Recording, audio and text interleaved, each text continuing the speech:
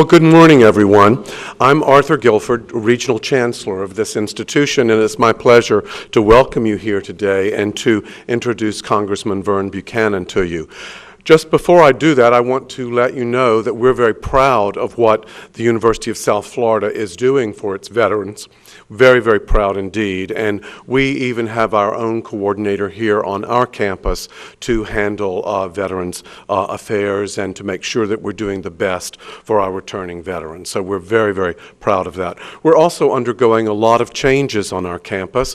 We'll be admitting our first freshmen in the fall of 2013. That's a major landmark for us because we've been traditionally upper division and graduate. I think you'll see that we'll be changing the entire climate of this area when we're a full four-year institution. Now, I could go on forever bragging about who we are, but that's not what I'm supposed to do today. I am here to introduce Congressman Vern Buchanan to you. And just to let you know a few things about him, he's been awarded the VFW Legislative Achievement Award by the Florida VFW for his service to members of the armed forces, veterans, and their families. Also, he's a former member of the House Committee on Veterans Affairs. He's also a very good friend of our institution and has been very supportive of us here. He's also sponsored legislation signed by the President to improve care for soldiers returning from Iraq and Afghanistan and to help soldiers transition as small business owners. He helped secure funding to build the Sarasota National Cemetery, and he's a veteran of the Air National Guard. So with that, it's my pleasure to introduce Congressman Vern Buchanan to you.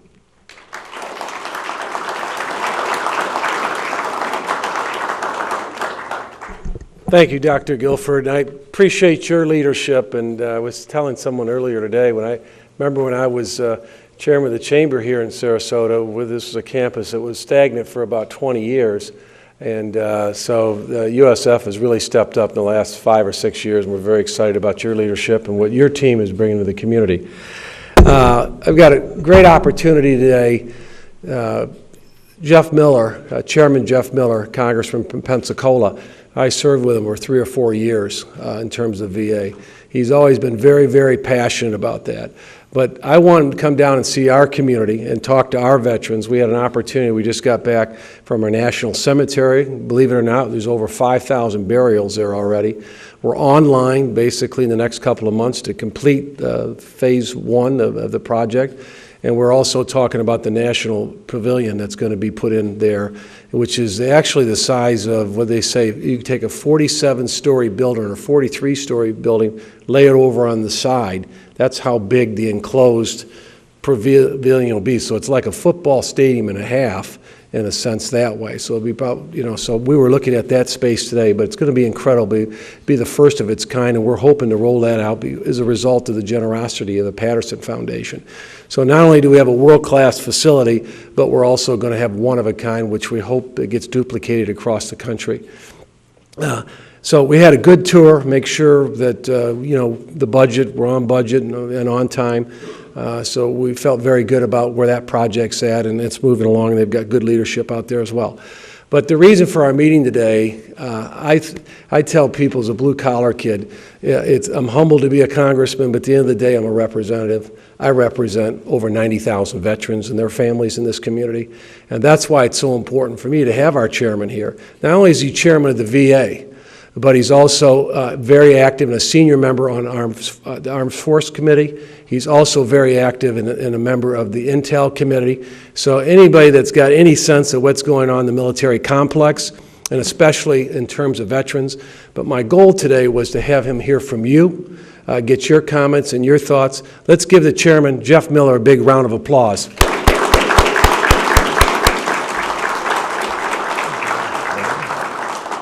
Thanks to my good friend Vern. I appreciate the chance now. This is my second town hall meeting that I've actually had an opportunity to hold with Vern. I appreciate he and Sandy taking care of me. I flew in yesterday afternoon, and we did this morning have an opportunity to go out to the National Cemetery to see what's going on. The VA committee has oversight over the Department of Veterans Affairs. Obviously, it is the second largest of the federal organizations, 300,000 employees, and a current budget of about $120 billion. We add about another $20 billion to it this year, and we'll be up to $140 billion. Tremendous amount of oversight is needed there as well. I would also say this for the veterans in the room that have come today. I lost my dad 4 weeks ago today. He was a veteran of the Navy in the Second World War. In fact, it was kind of funny in talking with him in his final days. He began talking about his time in Japan and all the things that he did. Well, I had no idea he had ever been overseas. And so I went to my mom and I asked her, I said, you know, did my dad actually serve in Japan? She said, no, he never left the port of New Orleans. But he, he did serve at the end of World War II. And in his mind, as he left us, he had been in Japan. And there were some young neighbor boys that were there, and he was telling the stories to them, and we're just going to leave it as he told it. But you know, he loved his country. He loved serving in the United States Navy, and we talked about issues that are important. And to him, certainly God and country were first. Family is very important, but also making sure that we do what we should do as a country. And I'll tell you, we are really the only country in the world that treats its veteran population the way that we do. Number one, you all know the ethos of never leaving anybody behind. We still are spending a lot of money, and I would like to see us spend more money to go and return our missing in action that have been serving not only in Vietnam, but in Korea and Cambodia and Laos and World War II. We have some World War I remains that we can go after and return back. In fact, Vern, just a little over 4 weeks ago, I was in Hanoi and flew down to just outside of Hue, and we went on a recovery mission where a Chinook helicopter had gone down and was with some of the JPAC folks, and they were excited because they had found some remains and they were going to be repatriated to this country. So not only do we take care of those that have been left behind and trying to repatriate them back to the United States, but certainly to make sure that we do as we should in taking care of the veteran population in this country. We have a huge number of veterans in the United States of America. Obviously, the VA has categorized 1 through 8, and from disability rating, my dad was a Category 8. He was never in the VA system at all, and he always felt like that system was for those who really, really needed to be in the system. So I've been the chairman now since January of last year, so I'm in my 2nd year, but I've been on the committee since I was elected to Congress in 2001. And since that time, we have worked in a bipartisan way on the committee to make sure that the dollars are there and the increases have been there in order to make our veterans get the finest health care in the world. And they do. I think you do. My problem has always been with the backlog, number one, in getting an appointment to get in to see a physician. Or a backlog that we all struggle with, and Vern has been involved for a long time on trying to reduce the backlog that's out there for disability claims. And with the advent of Agent Orange coming into the system, the VA will tell me, as the chairman of the committee, a lot of the problems that exist today are the 30% increase in disability claims that folks have come in with Agent Orange. And if that were the case, you would think that VA would have been prepared for that surge of people coming back. They should have known and in some way been able to handle those new people coming in. The claims are becoming much more complex.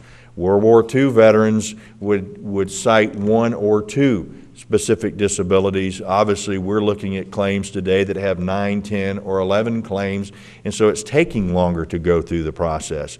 The VA just announced last week, quote, a new way to go through and try to motivate those that are adjudicating these claims, and my comment was it's really a little more than lines on paper and ink on a piece of paper until we actually see whether or not this is going to work. I ask veterans periodically, what is the thing that most affects you or most affects the people that you deal with? Obviously, the disability claims process, we are now at 800,000 plus claims backlog. The Secretary has said, hey, we'd sure like to have those claims adjudicated correctly within 125 days. We're not even close. I say we, the Department of Veterans Affairs is not even close on being able to match that number. In some places they can. Oakland, California is a place that I look at and I cite as one of the worst places in adjudicating claims, because there are many veterans, their first time through the system, taking well over a year. And then, of course, as you know, a lot of them are kicked back for deficiencies one way or another, and then there begins the process that folks have to deal with. So claims processing, very, very critical. Making sure, as Vern has, as far as our national cemeteries are concerned with, Florida is online for another one in Tallahassee. I have one in my district at Naval Air Station Pensacola. It's Fort Brancas. It's been there for a long, long time. There's Civil War veterans buried there.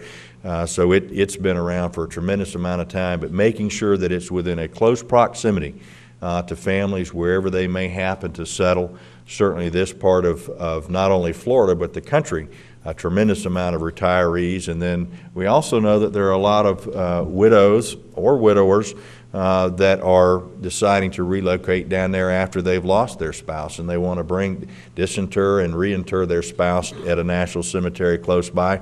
They'll be prepared for that here as well. What I want to do, if we can, is instead of going through the process of saying, I have so many subcommittees, one oversight and investigations, ones that deals with health, and that's construction. We're battling right now with the VA. We're building a new hospital over at Orlando that is about a year and a half behind schedule, and there's now a large argument back and forth between the contractor and VA as to why it's behind schedule. And so hopefully later today I'll get a little better answer from them as to what's going on. We've got an issue that we're dealing with in Miami, in the medical center down there, where they've gone in and tried to do some renovations on the operating rooms, and they've spent way more money than they intended to spend. And that's where Congress comes in, and we allocate the money. We respect the VA's opinion when they go and do something, but very few projects are built anymore that even come close to being on budget, under budget, and on time.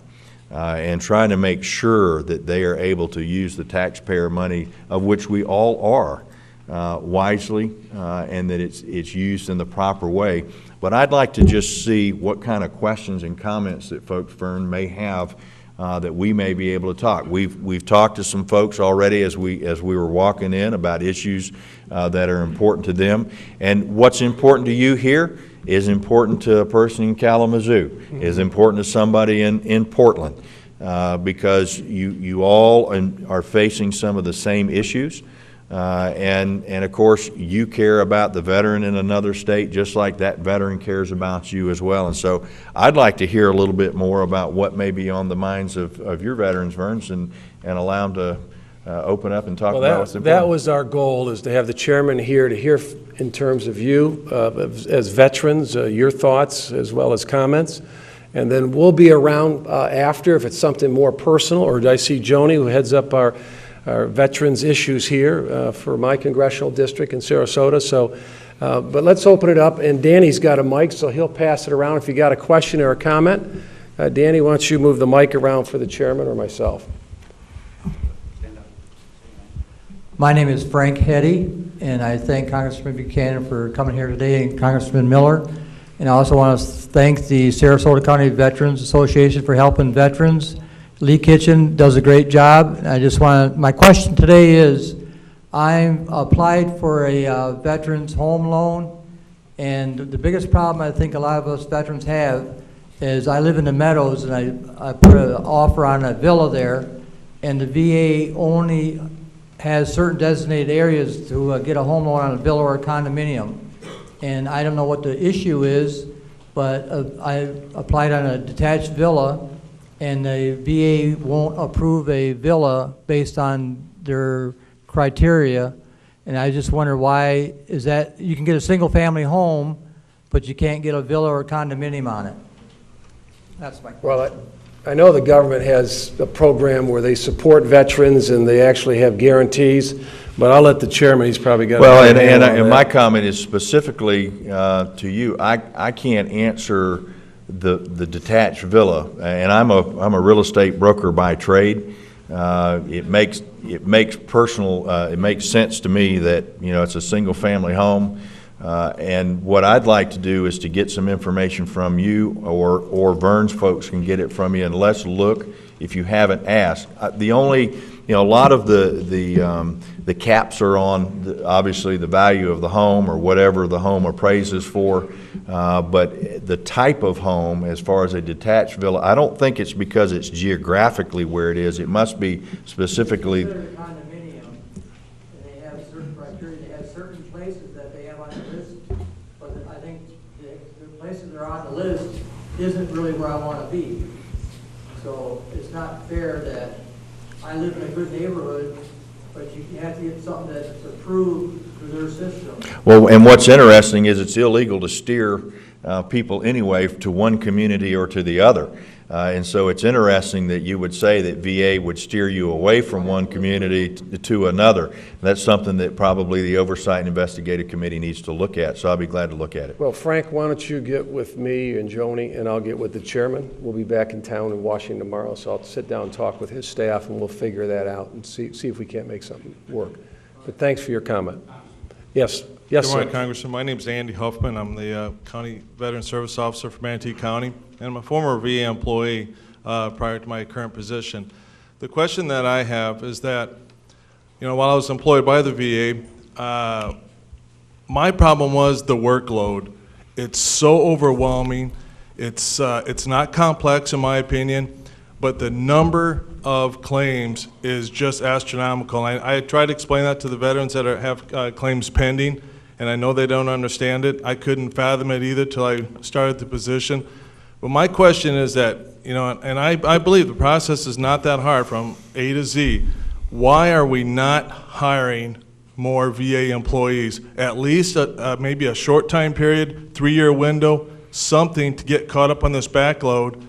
And by that time, hopefully we will have improved the system, but get on top of these claims and keep it under a normal time period versus, you know, we're just growing farther and farther down the road.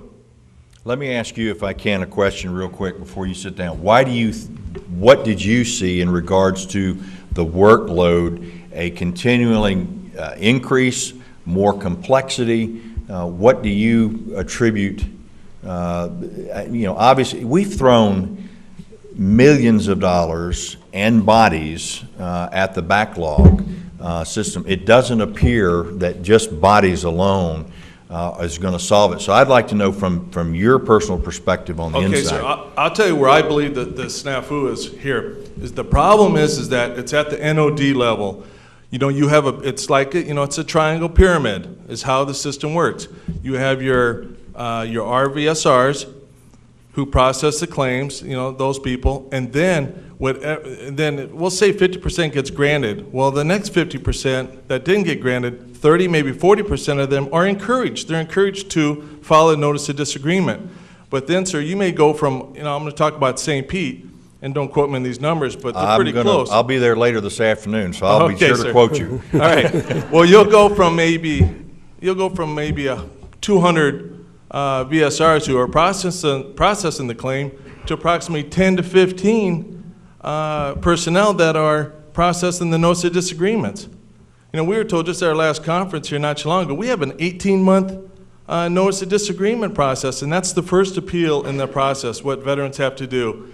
And it just it just continues to build and build and build. And at the VA, you're on a point system. And the point system, in my opinion, is very fair. But once you maintain those points, you know, throughout the week, you know, there's real no benefit to continue knocking out more and more claims unless you have that, you know, inner desire to do your job and do it well. But we will never get ahead of these claims unless we hire more VA employees. Bottom line, again, the process is not hard, but we need personnel. And when I heard you say something about the training, I think we're talking about morale. Morale is great, sir. People are there. I thought they were great. I thought they wanted to help veterans. I came from Iowa originally. I was a VA there. Same great people, same great directors, management on up, but I thought it was fantastic. It's the workload. There's too much and there's not enough people. Let's have the Colonel just comment on that, because I know he works with a lot of legislative issues. I'm sure he's got his opinion on it. Well, just to stay on the point for a minute. Yeah, I'm good. You're on. Okay. Yeah, I want to follow on to something that Andy said. I'll disagree with one and only thing, Andy. The morale has gone south since you've been there, and it's directly proportional to the workload. It's been a surge, and one of the things that I'd like you to discuss with the director when you go up, and again, I see this every day. You know, the military has surged for 11 years now, and the surge point had been the reserve components. VA had, I would say about 5 years ago, brought in retirees on a contract basis. And this is consistent with your discussion about more people may not be the answer. They are rushing these young hires through the system. They lack experience. And conversely, you're seeing flawed decisions. And oftentimes, they're pulling the decision review officers and using them as rating specialists. The system is really broke, and it's been a result of the surge that you discussed about these new Agent Orange presumptives. I personally believe, because I saw it work before, you need some people with some solid on-the-ground experience. That's why the military, on a limited basis, also had a retiree recall during the peak of the surge in Iraq and to a limited extent in Afghanistan. Thank you. Thank you. I would say this.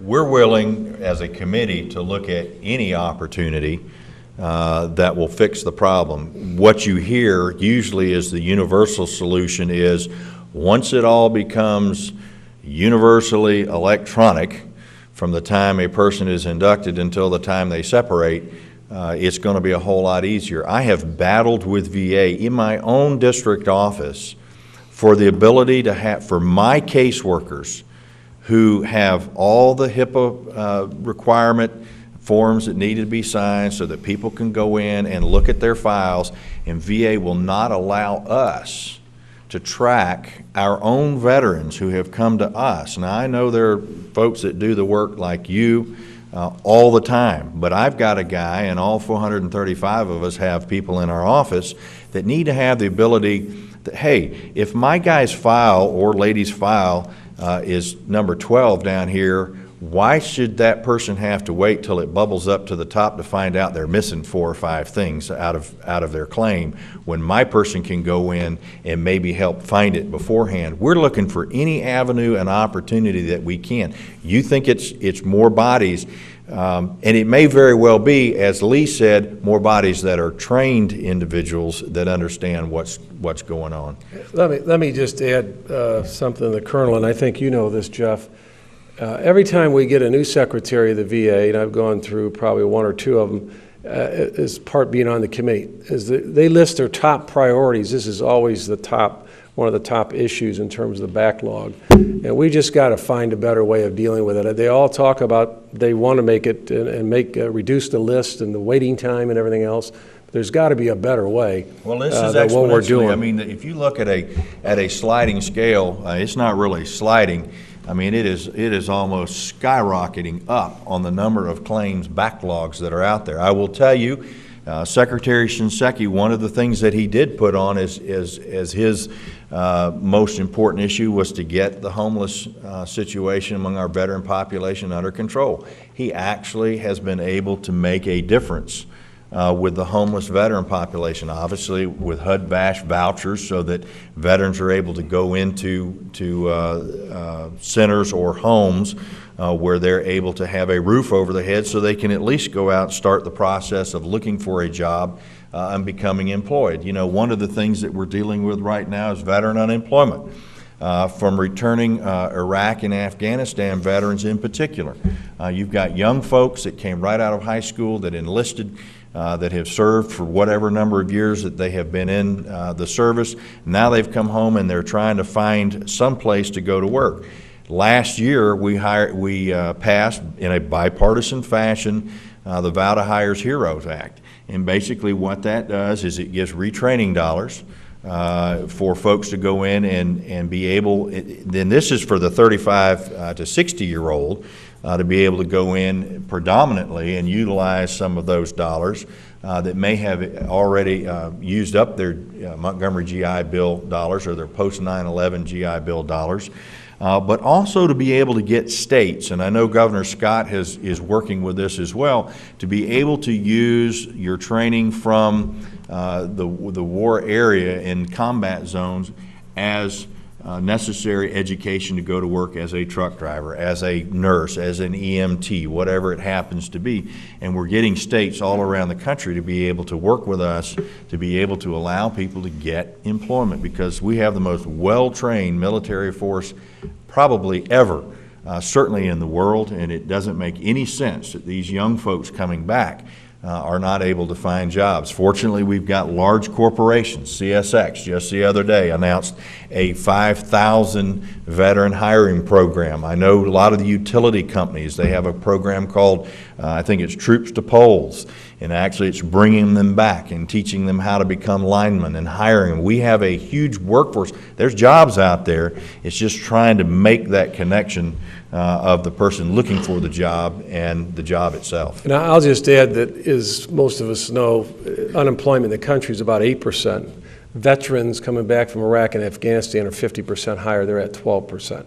And that's why this new law is so important, to help give businesses incentive to hire veterans. And I think you take an 18-year-old and he's got a couple of years in the service, he's going to be a lot more mature as someone that went in at 18 than somebody that's not a 20-year-old. So I think it's a big advantage, and we need to be hiring our veterans. Danny?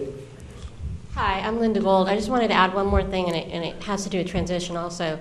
I submitted my VA claim 1 April of last year, and it was part of the before discharge program because I retired effective 1 October. And I think that is, aside from the situation of the backlog at the VA, informing our active duty members is so vital, because by doing that, I submitted it 6 months, because you can't do it any sooner than that, prior to my retirement date. And my claim was adjudicated and finalized 8 months later, almost to the day. So the system is working. It is indeed backlogged. There are problems, but I want to let you know there is a positive side to it, and it goes into the transition. I know that we're moving on to employment, because that's another issue. But the transition information throughout the active duty military, letting people know about this particular program, letting them know what needs to go into their packet is vital. And I think I'm a case where it was successful. I realize it was 8 months after active duty, but that was fine by me. It was less than a year, and it was slightly over a year from when I turned it in, but there was a lot of work done. I had all my medical appointments done by May. It had started through the review process by August, so that 1 October, when it was actually official retirement, I thought it was a pretty speedy process. I retired out of Washington, D.C. My packet was processed out of Winston-Salem. And within 2 days of getting the adjudication letter, the official letter, I also had an appointment up at St. Pete Bay Pines to go back on one of the particular issues, and I had 10 plus issues. So I'm just saying there is a light at the end of the tunnel. It's not a train. It's getting brighter. We do have a long way to go, though. Well, and if I can add, the transition is an important thing. Transition assistance, the only mandatory TAP program within the Department of Defense in the past has been the Marine Corps. And even the Marine Corps was only using a couple hours, basically, to go through and prepare somebody separating for everything that they would need to know as they left their time in military service. We spend weeks and months training our men and women to be war fighters, and then we only spend a couple hours with them training them to go back into the civilian field. It doesn't work. a lot of them have never really even been in civilian life, and all of a sudden, all they know is what's been inculcated in them through their military service, and hopefully within this law that was signed last year, we will be able to better prepare, and you're a perfect example. Take advantage, as you are separating, take advantage of all of the programs, and that's what it's designed for, to tell you what programs are out there for you, what you need to be prepared for, and most returning service men and women will tell me all they want to do is to come home. They want to reconnect with their family. They're not really interested in figuring out the other things until they've already separated. They've been out a year, 2 years, and all of a sudden they're like, why didn't I pay attention? What this will actually allow them to do, I think it's up to a year, and I have to go back and double check, they can go back to subsequent TAP programs as well to be able to get prepared. I'll just add one thing. I think that's what we try to do in Sarasota, Manatee County. If a veteran's earned a benefit, we want to make sure they get the benefit and fight for them. But I think what you said, the key to yours, is you started 6 months before. Was that what I understood? You started the process? I actually, like, in the Army, it's mandatory outside of D.C. They won't give you retirement paperwork unless you go through the transition, which was a 2 to 3 But how early did you start before? I had to submit it. So I started, I would say, a year prior to actual retirement, which is 1 October. So in 2011. In 2010, I started getting all my medical records. They're electronic from 2004 on. Yeah. From 1982 to 2004, I had all my paper copies, made multiple copies, went through the transition, went to the VA briefing 3 different times, found something new each time. And based on the before discharge program, you're not allowed to submit your paperwork to the VA until exactly 6 months prior to your retirement date. And that gives you time while you're still in active duty to do your medical appointments and get it all straight. So. Okay. Well, thank you. And then if anybody's got a question or comment, just let Danny know, the guy in the suit there. So we'll give him. We got one over here. Yeah.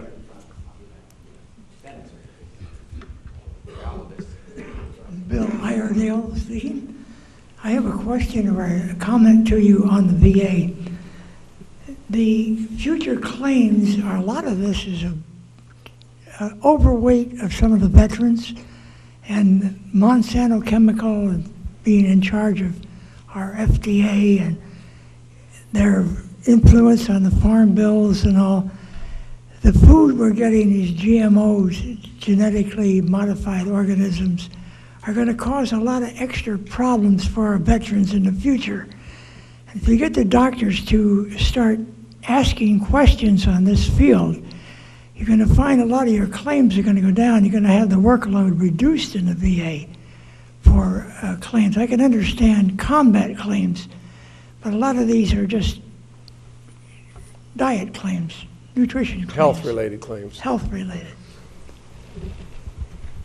So you have any comment on that? He's No, just it's saying, I just think, better good, food, better diet, I'll that take type of thing. take your comments. Okay. Yes, sir. Hi, my name is Dutch Van Alsten. I'm a case manager at JFCS here in Sarasota.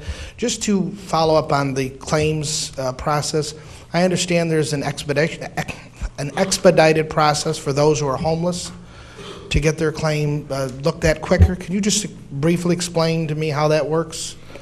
Well, you know, I think the thing that you've got to focus on is not only the expedited claim, but there's also a claim process that will give you a partial adjudication as well as you go through it. What I'd like to do, if you can, give me some information specifically so I can get back to you with specifics on the homeless side. Obviously, the idea is if they are supposed to get a claim, that will help them, you know, be able to feed themselves, clothe themselves, and put a roof over their head. Would like to get you the exact information so I don't misstate something. The only thing I would add is that with any of the homeless, you know, that process can take a long time. I'd like to think we could help Joni or someone in our office help move that along more aggressively in terms of legitimizing the claim, which I'm sure it would be. So we want to do everything we can. And I know there's a lot of homeless veterans, you know, in Manatee and Sarasota County. So that's really important.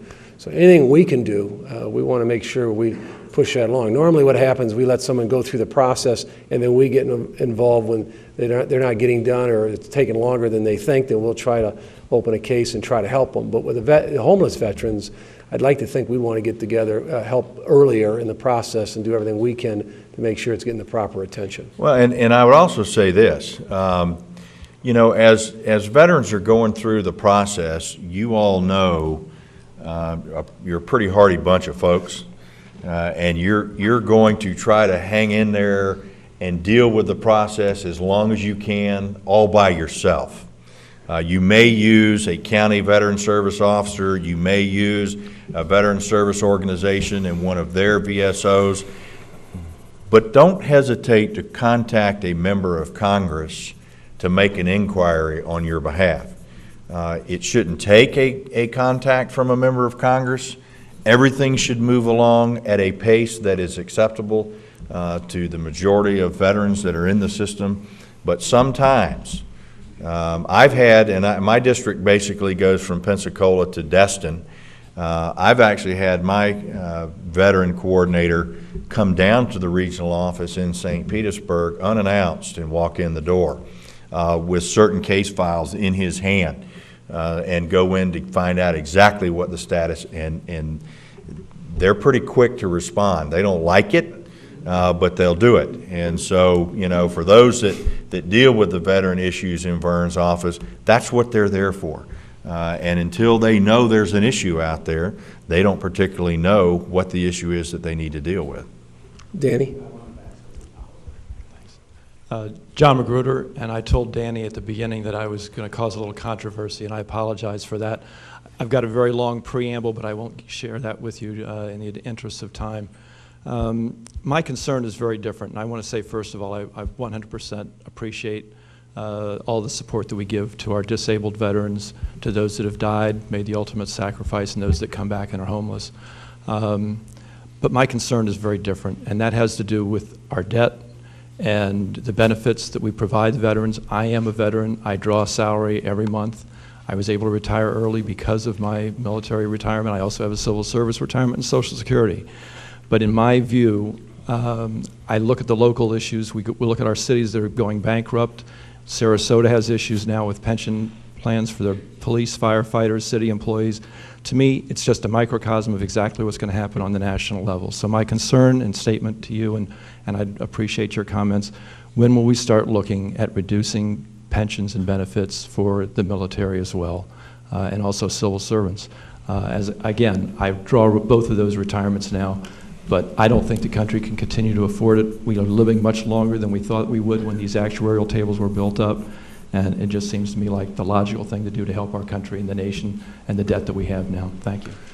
Well, I'll just start out, and many of you have heard it, but I want to get Jeff's thoughts. I mean, one of the concerns that I had, and everybody has a reason why they run for Congress, but my biggest issue was financially. If you look back when I ran and got sworn in 2007, over the last 50 years, we'd only balanced the budget 5 times out of 50. But yet you look at the state of Florida, when we got downgraded by the S&P, the state of Florida got upgraded that day, simply because they can't spend more than they take in. They've got to make the tough choices. We're not making those choices. In fact, we're adding a lot more programs. In 2007, when I came, our budget at that time, we spent about $2.7 trillion. And we ran a $130 billion deficit at that point. I didn't like it, but it was better than what had happened in the past. And you look at the last 4 years, we've created additional $5 trillion in debt. We're running $1.4 trillion debts every year. We've gone from 2007, where we're $8 trillion and some change, 8.8 trillion or something in terms of debt. Today, we're 16 trillion, going quickly to $20 trillion. And that's why, as we continue to add other programs, whether it's the health care law or whatever it is, there comes a point in time where you can't pay the bills. And I'm more concerned now than ever about that. That's my biggest reason, one of the biggest reasons I ran was the deficit. So I personally believe, and it's something that I've lobbied for as best I can, and we at least got the vote up on the floor. I think we need like 49 out of 50 governors have a constitutional balanced budget amendment, with the exception of a carve out for special emergencies. But we can't continue to spend more than we take in. Nobody else does. I mean, when you look at that year in 2007, fast forward, our receipts have fallen 20% from 2.7 trillion down to 2.2. So what would most families and small businesses do? They would make those adjustments or make those cuts. But what did we do? We've increased our spending by 35%. We went from 2.7 to 3.6, 3.7, and our receipts went from 2.7 to 2.2. And nowhere else that you can continue to do that. And the difference is they can bail Greece out. They can't bail out the U.S. So everything that we're fighting for is, I think, personally at risk as well. And that's why if we continue to do business the way we're doing it, I don't know if it's 2, 5, or 8 years, but we're going to go the way of some of these cities. So I think you're right on in terms of your point. And the answer is we need to have a bipartisan solution that we're trying to do what's best for America and America and make some of these tough choices like the state of Florida has had to do in the last 4 or 5 years. That's just my opinion, and I'll flip it to the chairman. Well, I am, depending on what poll you follow or what group or organization does the ratings, I'm usually between number 1 and number 10 in the most conservative of the members in the United States Congress. So I'm about as far right on fiscal issues as you can get. Vern and I both agree on the issue of veteran benefits, veteran pensions, that a contract was established when people swore an oath. A contract was made between this country and a veteran. Now, that's not to say if somebody's coming in the service today that contract doesn't change. But there's only one thing, particularly in the Constitution of the United States, that we're required to do, and that's to provide for the common defense. And the men and women that put on the uniform, including you, of this country, did it because of what they believed in. They believe in the things that make this country so important. If you did away with all of the pensions that are out there today, it wouldn't be a drop in the bucket to the problem that exists. And instead of focusing on issues like that with people who have earned that benefit, we've got to change that focus and start looking at the people who are getting something for nothing that didn't earn a benefit.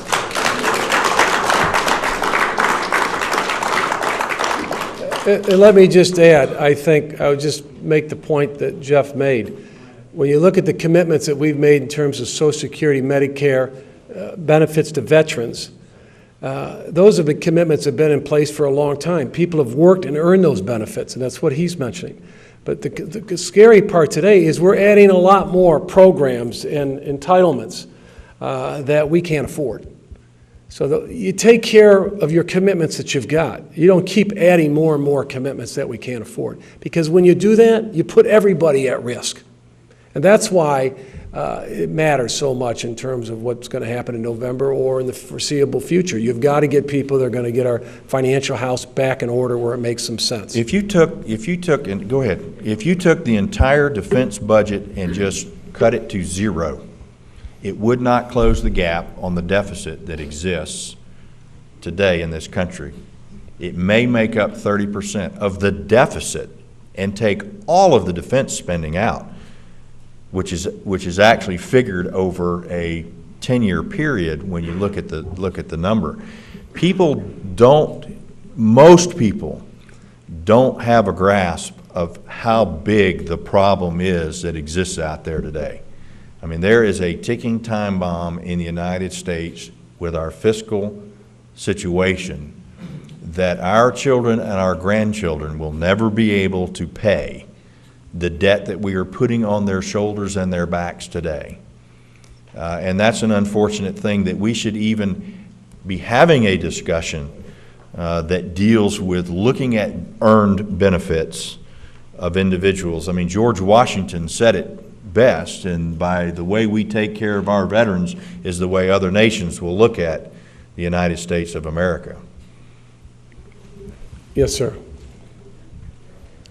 To comment on what he just said about cutting benefits, I got something else, but as a full-time student and a disabled vet, My pay has been cut over $2,000 in the last year alone with cutting benefits. So when it comes to something like that, the people that need it the most, they do cut it, unfortunately. But my important things that I want to talk about was when you said if you earn benefits, you deserve to get it.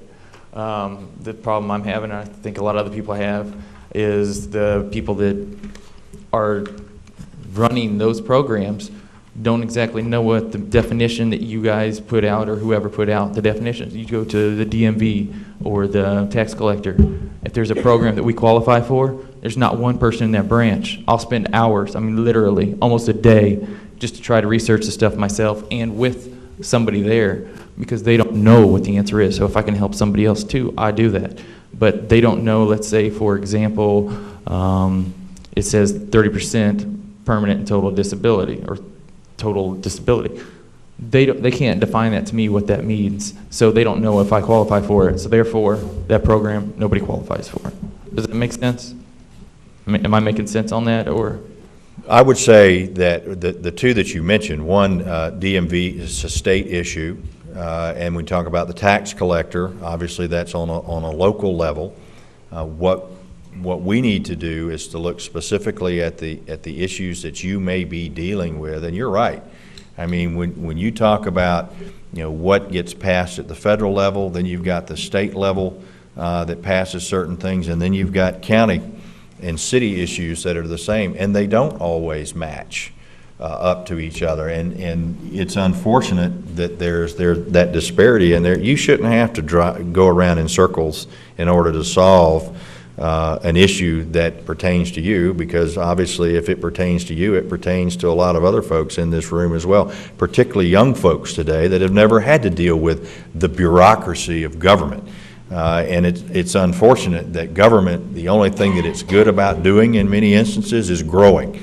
And that's what the federal government has done, and within VA. The system has gotten so big that it's almost unmanageable. It doesn't matter who the secretary is that goes in. What I'd like to do is to find out specifically the issues that you may be dealing with and see if we can help you that way. I would just add along the line, at the point where anybody starts feeling like they're getting the runaround, then they need to come see us and see if we can't bring some clarity to it. Because I feel that's part of our job. We'd like to have people work with the agencies, but at a point in time, things aren't getting done. We'd like to see if we can't help you and bring some attention to your issue. So that's part of the role I think we play. The one other comment is I'm trying to get reevaluated, and every single time it gets frustrating. You already have to ask for help, kind of deal. It just sucks. But every single time I ask somebody, I kind of get pushed to this person or to this person, or you need to get started here. And then you call that person, they're like, oh, you need to get with this person. So it's kind of hard to figure out exactly where, if maybe you guys can help me if you know familiar with the area, where exactly, if I want to get reevaluated, do I start? Go see that lady right there in the tan and white right after the meeting. She'll take care of you, from that standpoint. We're going to have time. He's got to get to Pinellas County. We'll take a couple more. And you had one, when you get back, you had one more back here in the blue shirt too. All right. Okay. Stand up, please. Okay. And then you want to get this guy last. Okay. My name's Billy Murphy. I was out at Sarasota National Cemetery, but I'm a retired VA employee also. But I want to talk about my son, who just is a Marine, went to Iraq, got wounded, and he spent 10 years in the Marines. And when he got out, he got severance pay to help him out a little bit, get him on his feet, pay a few bills off, pay his car insurance, pay some car payments, get into an apartment. And he was 70% disabled. So what they made him, he hasn't been able to draw his disability because they're making him pay all that severance pay back before he can draw his disability. So he's made no gains. So I find that peculiar that the VA's doing that. Well, I mean, he earned the severance pay by serving 10 years in the military. Did the severance come from DOD? And The severance came from DOD, but the VA's making him pay that back before they will allow him to draw his annuity. And ask anybody that is retired and has a disability rating as well, and they are also being hit in that instance. I think the problem exists, and the answer to your question is you got two separate agencies. You got VA is probably collecting on behalf of DOD. It does not make sense. It doesn't make sense. It doesn't seem fair. And it seems to me that now that the law ought to change. Here's the question: did they make the disability rating retroactive back to date of separation? They made it retroactive, but it's still, since he just got out, and the retroactive still doesn't compensate for the total severance pay that he got. So yeah, and I don't know what the severance pay number. He won't be able to draw his disability until February. So here is a young man that served his country. They helped him get out on his feet. Then they ripped his feet out from under him. Now he's struggling again. You kind of see the big picture here. Oh, I do. It would seem to me that DOD and the VA ought to get together. They should change the law because he earned that severance pay. He earned that. Then he got his disability. Now they're penalizing him because of the severance pay. I'm just saying. I agree with you. I'd like to, well, let's look into that and see. I mean, it doesn't make sense because when someone gets severance pay, they usually earn that. You make a good argument. I've never heard that before. Colonel, you want to add something real quick, and then we'll go to the gentleman here on the end. Regarding Billy's comment, that's the law. We got to fix it. You moved towards fixing the retiree VA offset. That's a great start. I personally appreciate it. Regarding Linda's discussion of BDD, that's a good news story. There are far worse stories out there. BDD was envisioned to be benefits delivery on discharge, and the target was 30 days before discharge. That has slipped and slipped and slipped. And one of the problems is VA centralization. We had a system going, and I would say about 6 or 7 years ago. It was virtually one stop. And I did 3 BDD claims on Friday and looked at the trends now. And that's an aside. But what we should have, and benefits should be a local business, because if a Floridian stays in Florida, he should be serviced by his local VA office. These claims are going to remain under the jurisdiction of Winston-Salem forever and ever and ever. The situation we had was the service organization. We rotated it through at MacDill. We put together the claim. The claim would then go to the medical side of the house. There was an on-site examiner. And the examiner would do his thing. This is when we paper-based, Mr. Chairman. And then it would go to the rating specialist that was right there. Okay, it's a triad. It worked. But some wizard, and I'll tell you what, some wizard decided that centralization would work and would go paperless. I have no problem with paperless. I have no problem at all. That thing is at overload now, where Winston-Salem is brokering claims back to St. Petersburg from all over the country, one of which may have been Ms. Gould's claim, because I'm seeing a lot of claims out of the National Capital Region and out of Tidewater and other locations. This is a classic example where we have to go back to the future, because we had it right because there was some empowerment at the lowest level. They snatched that empowerment away from the local decision makers. Benefits, delivery on discharge. Benefits, delivery on discharge. Thank you, Colonel. Let's give this gentleman the last comment. Good morning. Good morning. My name's James Skolin. I'm the state coordinator for the Missing in America Veterans Recovery Project. I would guess that some of you have heard of our program, but for those who have not, we seek to locate, identify, and inter veterans who have passed away and whose ashes reside in funeral homes all over the United States. Originally, I was going to speak to you both about the national bill that we have, House Resolution 2051. I changed my focus over the weekend. I have a problem here in Florida. I seek assistance to solve the problem. The Missing in America project has 23 veterans today ready for funeral. They are already verified by the National Cemetery Scheduling Office. I would like to get them buried. And there's only one thing standing in the way. It costs the state of Florida nothing. It is the right thing to do, and it is completely reversible if distant next of kin was to show up. At this time, those 23, the shortest time they have been sitting abandoned is 2 years. The longest time is 20. I seek assistance to get law changed here in Florida, reducing liability of the cooperating funeral home to 0. If we can take away the ability of disgruntled kin to seek financial reimbursement, when really all they would have to do is go to the director of the National Cemetery, prove their kinship, and the VA would return that veteran for free.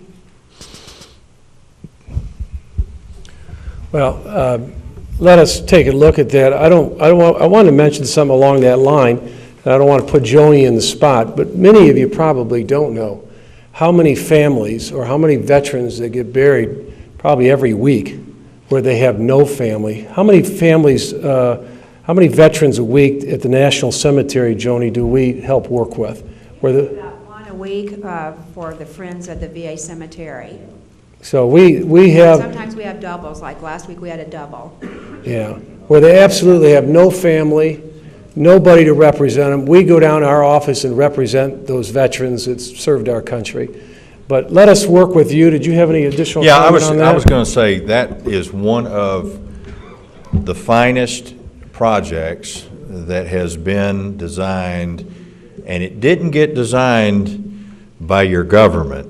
It got designed by the grassroots. I don't think anybody really understood the magnitude of the problem that there are veterans who are in urns sitting on shelves in a funeral home somewhere.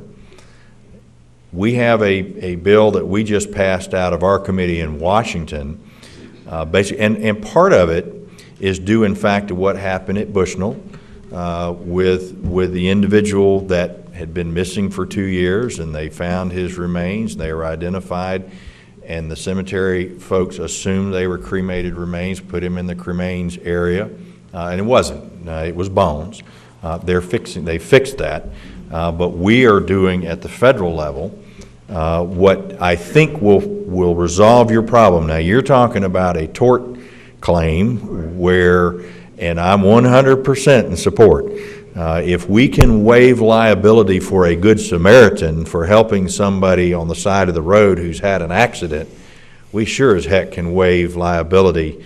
And shame on the family for allowing their veteran to stay on the shelves for... We try not to have any negatives associated with our activity. I understand. We're not doing anything wrong by burying a veteran properly. And if the family would like them returned, please go talk to the director, prove your kinship, and we'd be happy to return them to your custody and care. And you are absolutely correct in the fact, in what we hope to be able to do across the country is to make sure that the remains, cremated remains, are obviously the easiest to disinter and reinter somewhere else. And I concur that we are the family of those veterans, and we should be taking care of them. But I want to say thank you, because that is a big deal across the country, and most members of Congress had no idea that there were veterans that were dying and not being buried because there was nobody there to claim the remains. Today, in the state of Florida, I have 4 active inventories. One of them is in this community, and it covers 15 souls. Another one is in DeLand, and it covers about 65. Another one is in Jacksonville, and it covers 650. Mixed into that population, there is at least the percentage that the homeless would constitute in those communities, if not more. So what I'm telling you is that for the corporations that have agreed to share that most intimate information about their company with us, we need to give them protection and simply remove liability.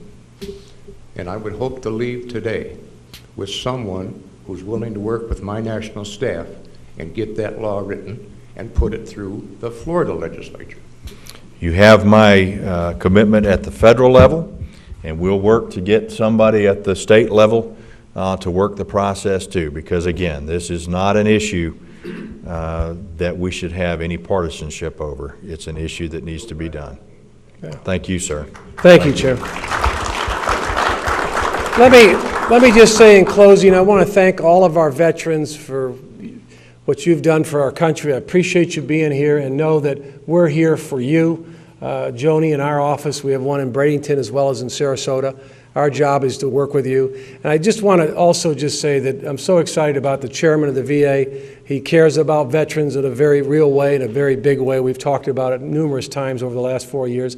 I'm glad he got the chairmanship. And I can tell you personally, having dinner again last night, he just reiterated his commitment to veterans and his vision long term. Let's give him a big round of applause.